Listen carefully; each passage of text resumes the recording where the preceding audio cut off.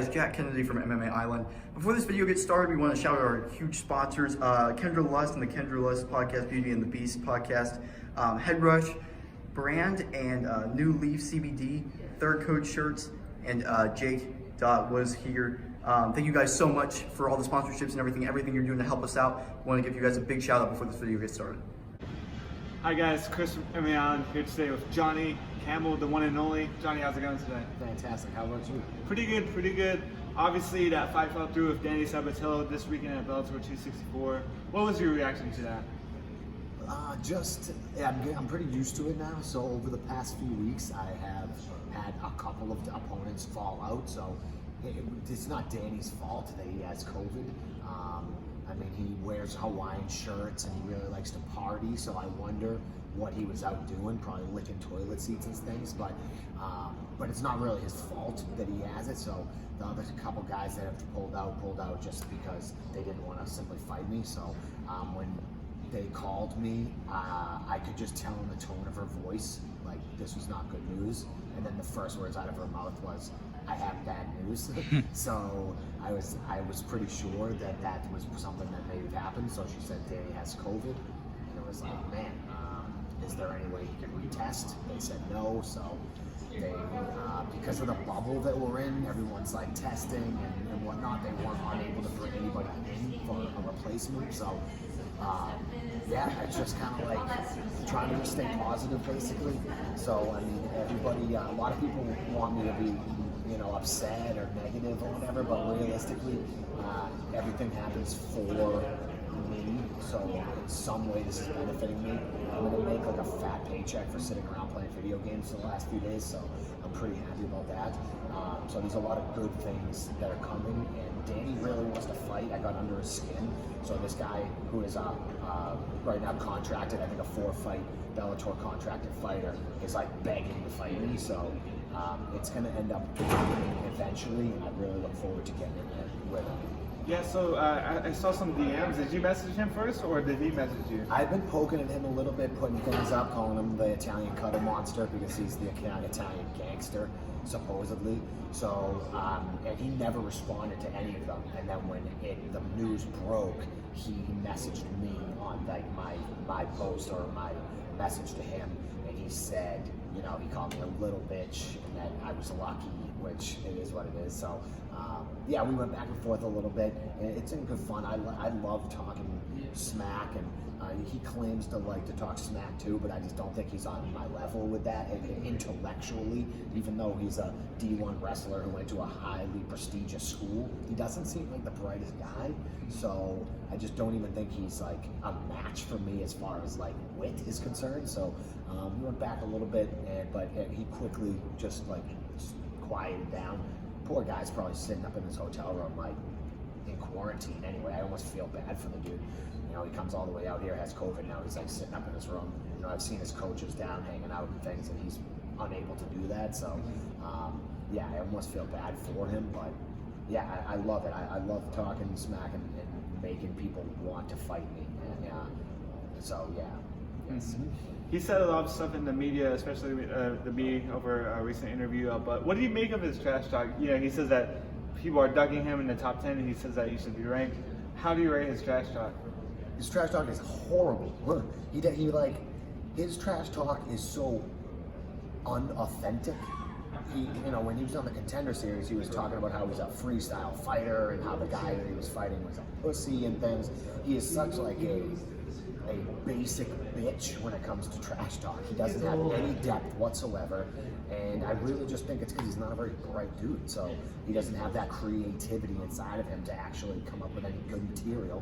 You look at all his Instagram posts, every single one of them is like, "You're gonna get it," and "I'm the man," and all these like cliche, laughable sentences or barely sentences.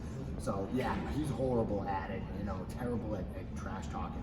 He's a much better wrestler than he is at trash talking, but I was really looking forward to getting in and testing what his actual fighting skills were like, and I think that we're still going to be able to get that done. So I look forward to talking more trash with him, because he's not on my level, especially when it comes to trash talk.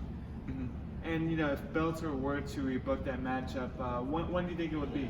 He wants it as soon as possible, as soon as his quarantine is lifted or whatever. I mean, I looked at their schedule. I mean, they're in Russia, they're in London, they're in a few different places, South Dakota, I think. So it's going to kind of depend on what their cards and what their schedule looks like.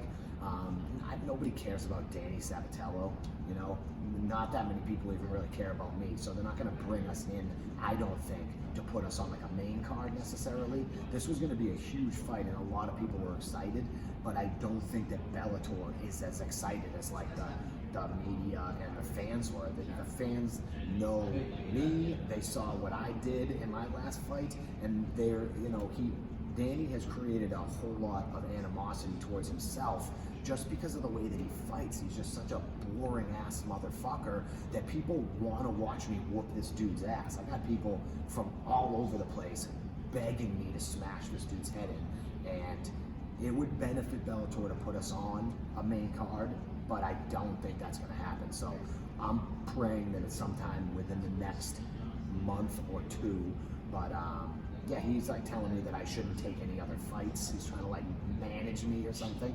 And it's unfortunately, I'm not going to wait around for Danny the super spreader Sabatello, because the dude is out partying and living a life.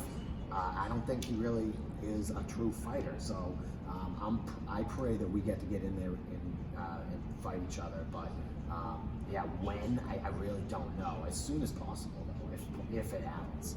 Mm-hmm. And talking about ASAP, I heard that you're taking a boxing match this Saturday. How did that come into play? Man, I just have a great support system and so many good people in my life. So I train and teach at the UFC gym in Boston, and we have a boxing trainer there, Vincent, who's from up in Canada, and he's transplant down here, and he's really got a few really solid boxers under his tutelage, and he's always been trying to poke at me to get into the boxing ring. And when this fight fell through, he hit me up yesterday, or today really, and said, hey, we got this guy, fights at 140, kid's 18 years old, he's young, up and comer, would you want to take that fight? And yeah, I mean, absolutely, I'm trying to stay active. I'm in phenomenal shape right now. And yeah, because I've been training for 6.5 weeks. I was supposed to fight Cage Warriors in San Diego. Then guy says that he has a cut and that he's going to be unable to heal in time for the show. And then he's at the show taking selfies with a face that looks, I mean, he's ugly, but pristine. No cuts on him, nothing. Right, then that fight falls through. So then another promotion hits me up 2 days, 3 days notice for Justin Scoggins, who's a UFC vet. I'm all day, I'm on board with it, and then he wants $10,000 to fight me on 3 days notice, and then they pay $2,500. So it's he's not even in the ballpark. So he's essentially ducking me. And then Sabatello comes through, we take that fight, and now this happens. So I've been training so hard, and my weight is good. I ate a lot of Reese's Cups and things over the last day or two, but I can definitely get down to 140 for a boxing match. So we're gonna do that. So a little bit of a payday, but not huge, but experience, and I get to scrap, which is what I do. And we all know that you're the anytime, anywhere kind of fighter. Where is the boxing fight going to be, and who's it going to be against? Yeah, it's up in Maine. So the fellow, I don't even know his name right now. I didn't even look too much into it. He's 18 years old. He's I'm going to say a Hispanic gentleman, judging by his name.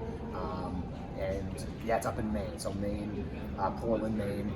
I don't even know who the promotion is really. I don't even know. I didn't look at too many details. I just said yes, let's do it. So yeah, anywhere, anytime.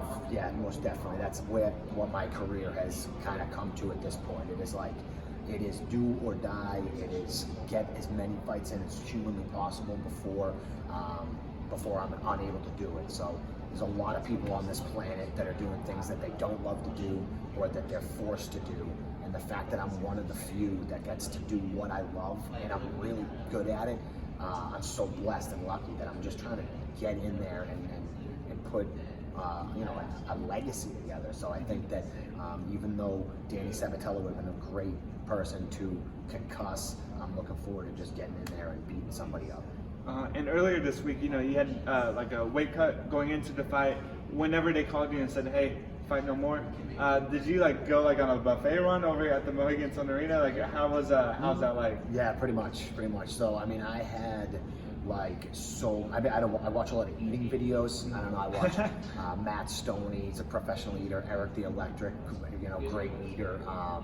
So many people. I've been just watching and studying them consume tons of calories. So as soon as it was like, you're definitely not fighting, what was the first thing that I ate? I went and I got some waffles down at the Hash House. Nice. Some eggs and some bacon, a little bit of protein in there, but yeah, some French toast as well. And then I had a package of goodies with Reese's Cups and Fruity Pebbles candy bars that I didn't even know that it existed.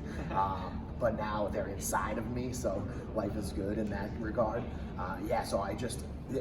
Food is something, as a fighter, you have to go without for quite some time, or at least delicious foods that you enjoy. And with me, it was like 6 weeks of dieting, and I get up to like 65 or so, but I mean, I'm very muscular, so for me to go from 65 down to like 50 to make 35 is not an easy thing. It requires quite a bit of dieting, quite a bit of focus and exercise. So when they said that I could fight, I made myself almost sick the other night, pretty much eating foods. So, but now I got to stop again tonight. So I was already looking forward to eating some pizza tonight, and now that's out the window because I got to make 140 in like 2 days.